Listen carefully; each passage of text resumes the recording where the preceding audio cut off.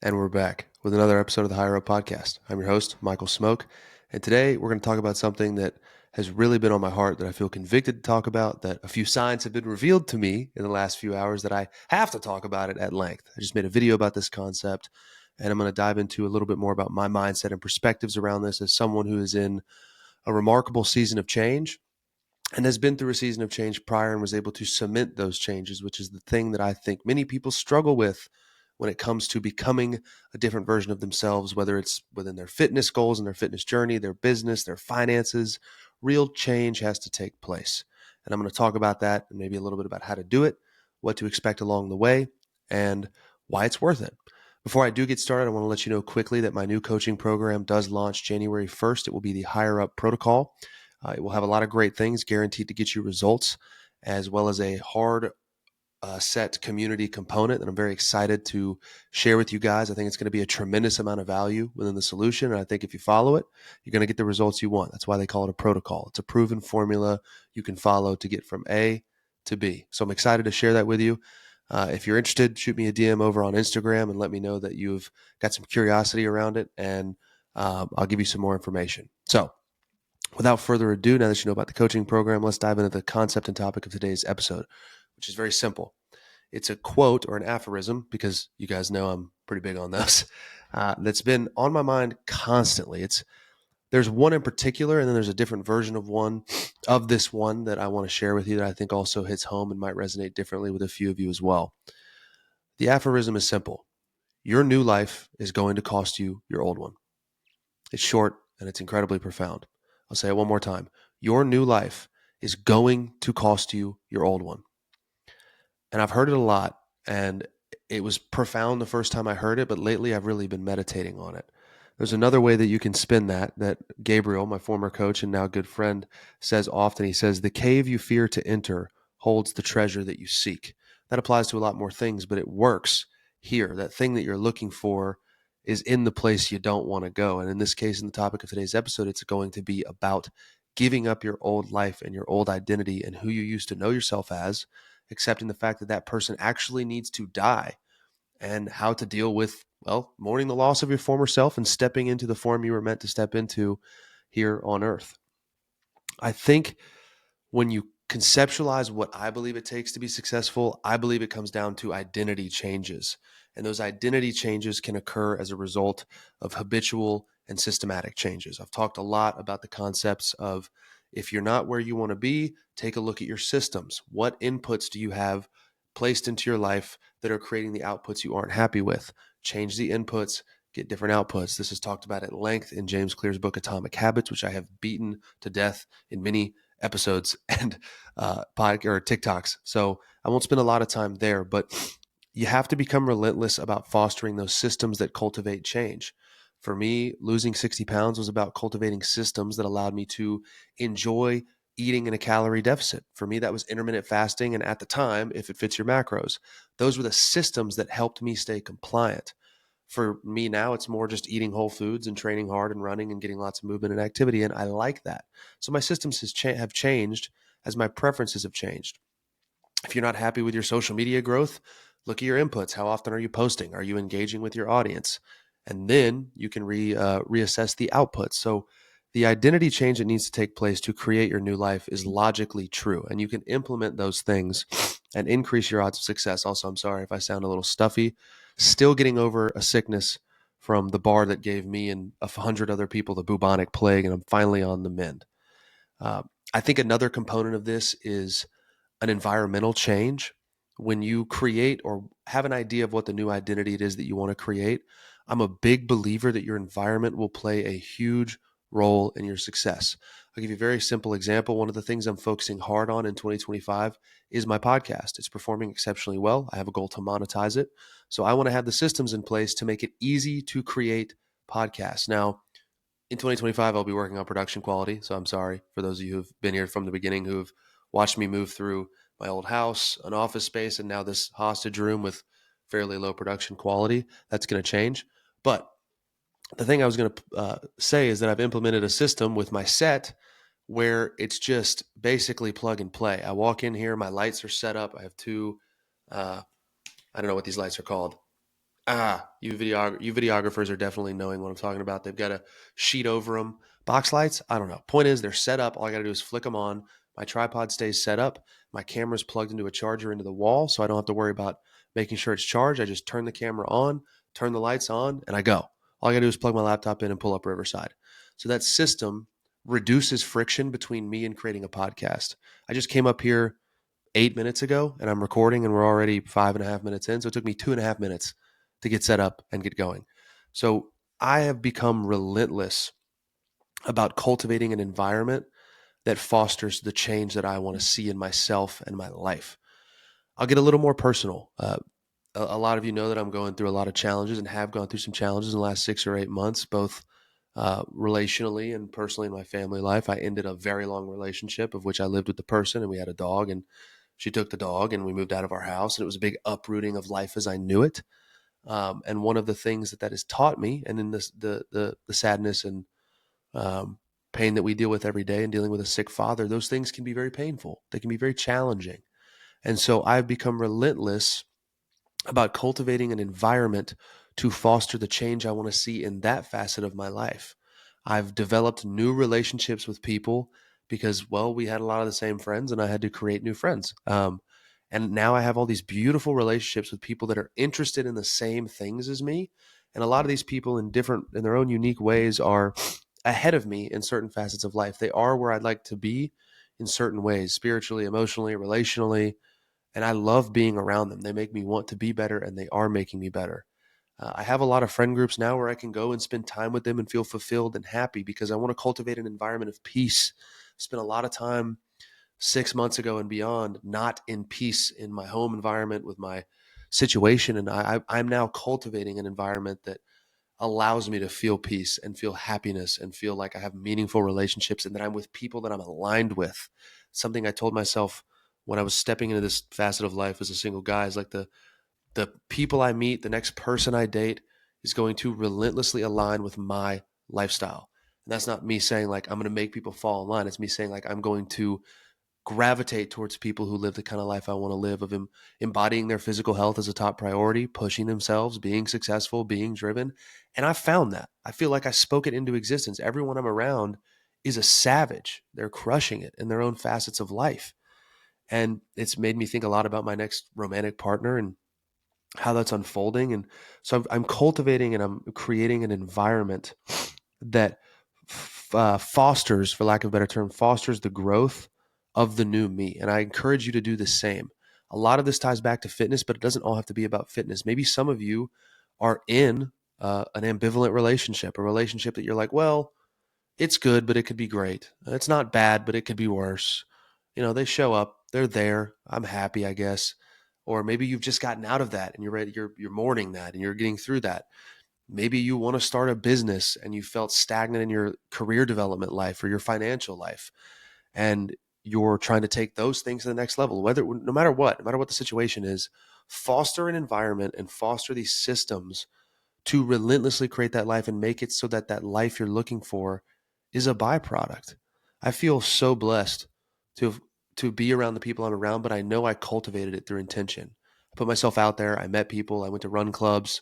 I went to events where I knew people like me might be. And as fate would have it, I found those people.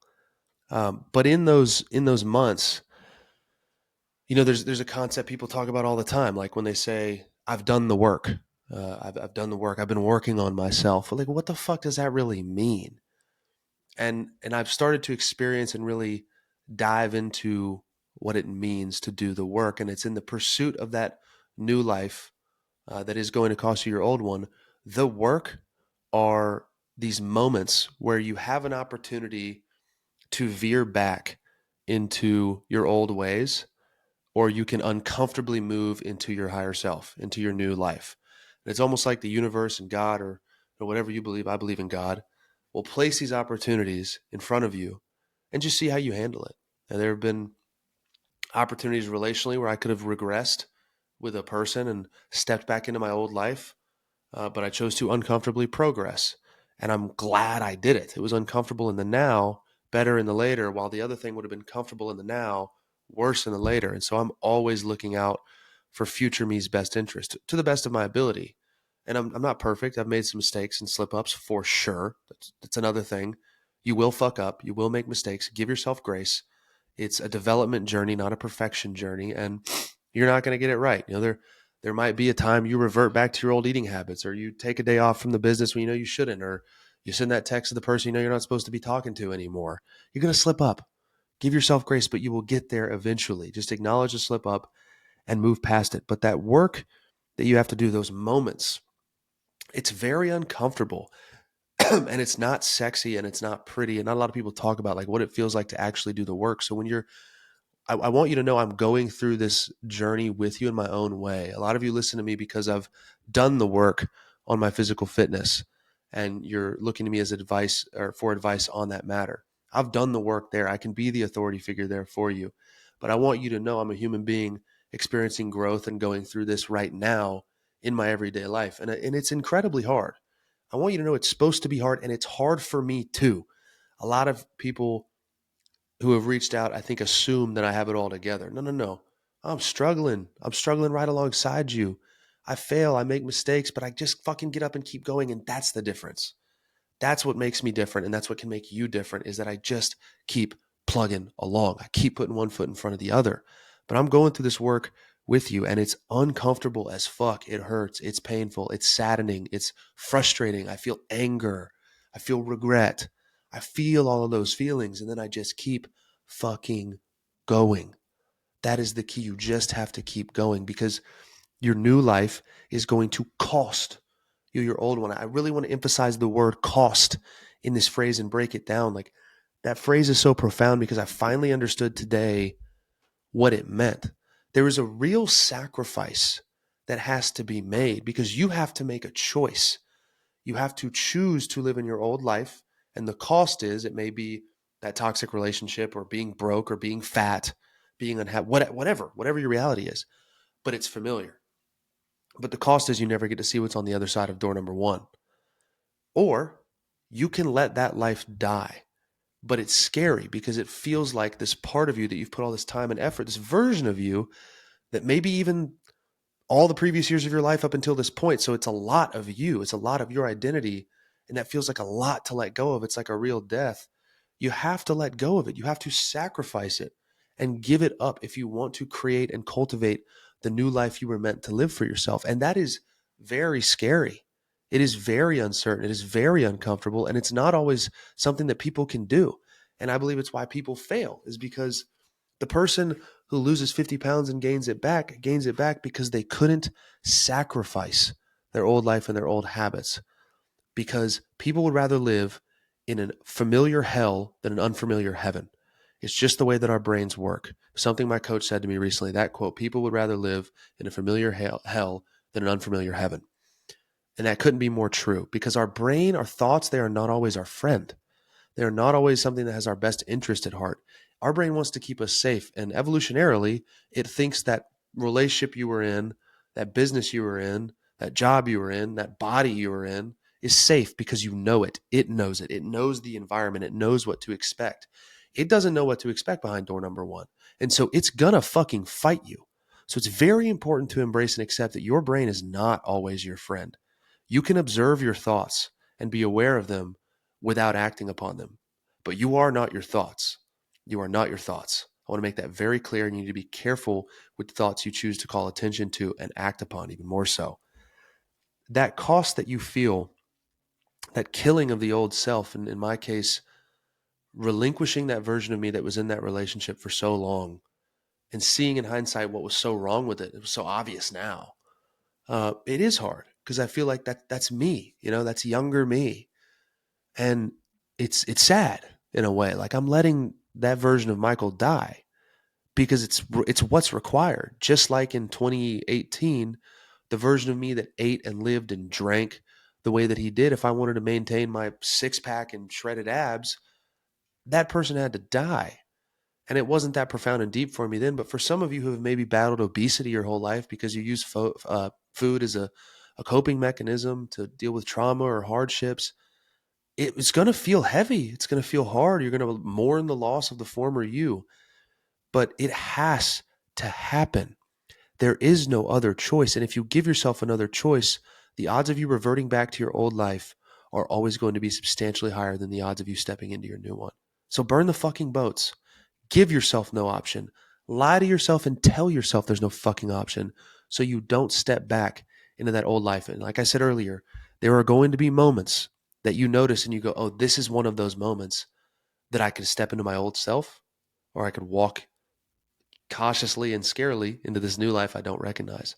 And I've experienced a lot of those recently where I could step into an old life, old ways of thinking, old feelings, old thought patterns. And a few times I've fucked up and I've done it. But lately I haven't been. And it kind of stings in the now. But then the days pass and I'm proud of myself and I change just a little bit. A little part of me changes into what it's supposed to be. And it's beautiful. Ethan Suple has a beautiful saying. I don't know about beautiful, but it's profound. For those of you who don't know who Ethan Suple is, Ethan is a former A-list actor. He was in Remember the Titans, a big, heavy, fat guy. If you've seen Remember the Titans, just look him up. He's an actor. And almost every day he posts a photo because Ethan's jacked now. He's lost, I think in an interview he said he's lost and gained cumulatively over 1,000 pounds. He's lost, 100 pounds or 200 pounds, gained 100 back, then lost 200 again, then gained 100 back. And he finally lost a shit ton of weight and kept it off, and he's jacked now. And he has this thing that he does where he posts a photo of himself after the gym and he says, I killed my clone today. And Lane Norton, who's a fitness coach, is friends with him and asked him, hey, he showed him a client story about how she said, I felt like a part of me had to die. And he said, Ethan, is this what you meant? He said, that's exactly right. In order to not be the guy that continually gained and lost 100, 250, 75 pounds, I had to kill who I was. He had to die. And that may sound dramatic to some of you, but it is true. I'm feeling that death happening inside of me now, that person that will never walk back into that life that I was in, because I know now with complete clarity how beautiful this life that I'm stepping into is. It's like everything I've wanted. The people in it, the people in my life now are like the people I've been looking for forever. I love all of them, all of them. And they're me, like they're like me. They're who I want to be. They're how I want to be. They're where I want to be. But I feel that version of me dying. So accept that a version of you has to die, mourn the loss of them, grieve it, whatever you got to do. You will feel the sadness. And for those of you who don't know what I'm talking about, you'll know when you get there. You'll know when you get there if you have to take this growth and development journey, and know when those opportunities arise, and do not choose to step back. When you have that pivotal moment, do not choose to regress. Do the best you fucking can. You might not get it perfect. You might start to step back, but I urge you to catch yourself and pull yourself forward further into your new life. But that will happen. That is something you absolutely have to expect. I think the great equalizer within this is time. If you can take these practices, if you can remember this quote when things get hard, when you're going to the gym when you don't want to, you're doing the work when you don't want to, you're working on yourself, you're enduring that uncomfortable feeling of doing the work, understand that if you can apply these intentions and then take them on over time, time is the great equalizer. And just tell yourself, no matter how hard the days get, if I can just claw and scratch and fight through this for a little bit longer, this is going to become my new reality. I'm going to have the life I always wanted. It's uncomfortable now. It's bliss later.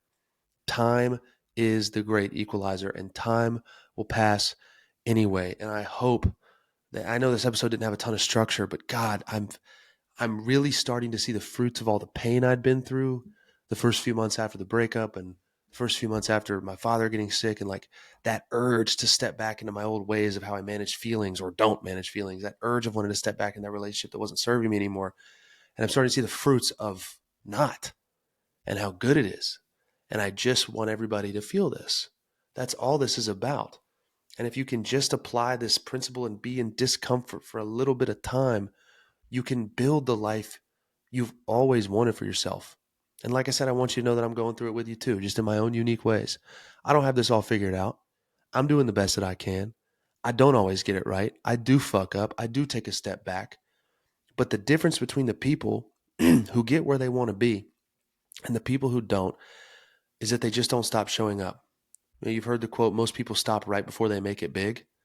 They just didn't give it enough time, because time is truly the great equalizer. So whatever you're going through, whatever you're dealing with, whatever you're trying to grow out of or grow into or step into, give yourself grace, give yourself time, give yourself intention, awareness, and love. And I promise you, you'll start to see the life you've always wanted take shape around you. And it's a really cool and gratifying thing. The right people are going to step into your life, the right opportunities, but it only comes down to whether or not you are willing to step into the person you feel in your heart and your soul when you sit in silence and you think about what it is for your life that you want. When you step into that person, accept like that is going to be an uncomfortable process, but I can do it. I can do it. This is what hard feels like, and that's okay. This is why most people don't win, but you can. So thank y'all for listening. I appreciate you tuning in for another episode. Be sure to rate the show, whether you're on Spotify, Apple, or YouTube. If you're on YouTube, subscribe to the channel. If you're on Spotify or Apple, rate the show and give me a follow so we can get the message to more people. We'll do a quick step check. It is 3:41 p.m. Eastern Standard Time, and I'm at 10,504 steps. Drop your step check in the comments. You know what to do. I'll see you in the next episode. I love you guys.